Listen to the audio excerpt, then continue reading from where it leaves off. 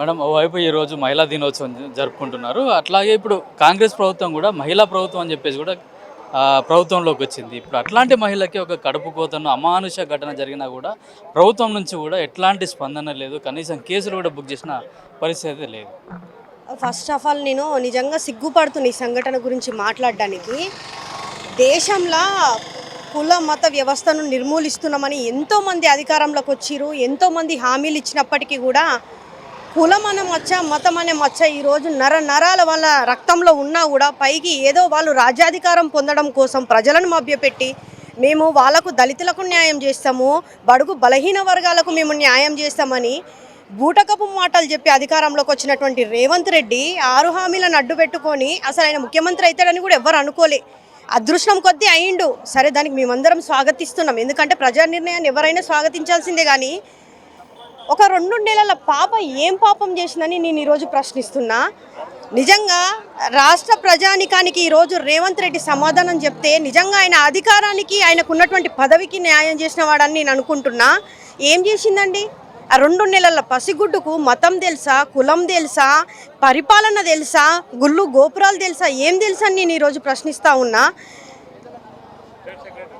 ప్రతి ఒక్కరూ బీజేపీ ప్రభుత్వాన్ని నేను మెయిన్ ప్రశ్నించదలుచుకున్నా. కులం మతాలను మేము ప్రజల్లోకి తీసుకెళ్తాము, హిందుత్వాన్ని మేము పెంపొందించుతాము, ఐకమత్యాన్ని చాటుతామని ఈరోజు మీరు ఎన్నో మాటలు చెప్పారు కదా. ఈరోజు ఎక్కడ పోయింది బీజేపీ ప్రభుత్వం? ఎందుకు ఆ బాధితులకు అండగా లేకున్నది? ఈరోజు రేవంత్ రెడ్డి అధికారంలోకి వచ్చిన తర్వాత ఆ 2 నెలల బిడ్డ పక్షా నుండి ఈరోజు మాట్లాడితే నువ్వు ఉన్నటువంటి ముఖ్యమంత్రి పదవికి ఎంత సార్థకత ఉండేది? సరే, నువ్వు ఏం అబద్ధాలు చెప్పినవో, ఏం బూటకాలు ఆడినవో, ఏం నాటకాలు ఆడినవో అధికారంలో వచ్చినప్పటికీ కూడా కనీసం నువ్వు ప్రభుత్వం ద్వారా చేయలేనటువంటి పనులు ఏవైతున్నాయో అవన్నీ చేయకపో, అది నీ ఇష్టం. ఎందుకంటే మళ్ళీ నువ్వు అధికారంలోకి రావాలా వద్దా అనేది ప్రజలు నిర్ణయిస్తారు. కానీ ఆ చంటి బిడ్డకు మాత్రం నువ్వు నోరిప్పాల్సిందే కదా. ఈరోజు నిన్ను ఎంతోమంది చూస్తున్నారు. నువ్వు ఒక్క మాట ప్రశ్నిస్తా అంటే వాళ్ళు కూడా నీ యొక్క రెడ్డి కులమనా? ఏం తెలుసు? దేవుని దగ్గరికి పోతే కష్టాలు పోతాయని మనందరం దేవుని గుళ్ళోకి పోతున్నాం. కానీ అదే దేవుడి గుడి దగ్గరికి పోతే ఈరోజు ప్రాణం తీస్తే దేవుడు నీ పరిపాలన చూడడా? దేవుడు నీకు ఏం న్యాయం చేస్తాడని అనుకుంటున్నావు రేవంత్ రెడ్డి గారు? నేను ఒకటే ప్రశ్నిస్తున్నా. బీజేపీ ప్రభుత్వాన్ని కానీ కాంగ్రెస్ ప్రభుత్వాన్ని కానీ ఖచ్చితంగా మీకు చిత్తశుద్ధి ఉంటే ఈరోజు ఆ యొక్క కుటుంబానికి న్యాయం చేయండి.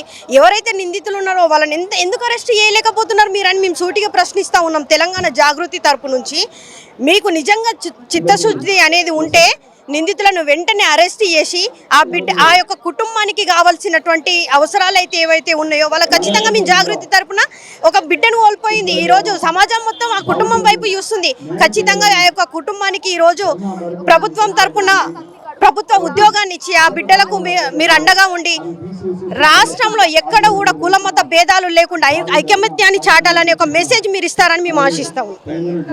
అంటే ఇప్పటికీ కూడా సమానత్వము, అందరూ సమానమే అనే మాటలన్నీ పక్కన పెడితే కేవలం అంటే ఒక వర్గానికి చెందిన వాళ్ళను కాపాడడానికి ప్రభుత్వం ప్రయత్నిస్తుంది. అట్లాగే బీసీలు, ఎస్సీలు, ఎస్టీలు ఎవరైతే ఉన్నారో వాళ్ళ ప్రయోజనాలు కానీ వాళ్ళ అభివృద్ధికి ప్రభుత్వానికి పట్టట్లేదు. దాంట్లో భాగంగానే ఇప్పుడు కొమరంలో జరిగిన ఘటన కూడా ఒక 2 నెలల చిన్నారిని కూడా చంపేసిన పరిస్థితి ఉంది. వీళ్ళపైన ఎవరైతే నిందితున్నారో వాళ్ళపైన కఠినమైన చర్యలు తీసుకోవాలంటున్నారు. అట్లాగే ప్రభుత్వం తరఫున బాధిత కుటుంబాన్ని కూడా ఆదుకోవాలని చెప్పేసి SC, ST, BC, JAC demand చేస్తుంది.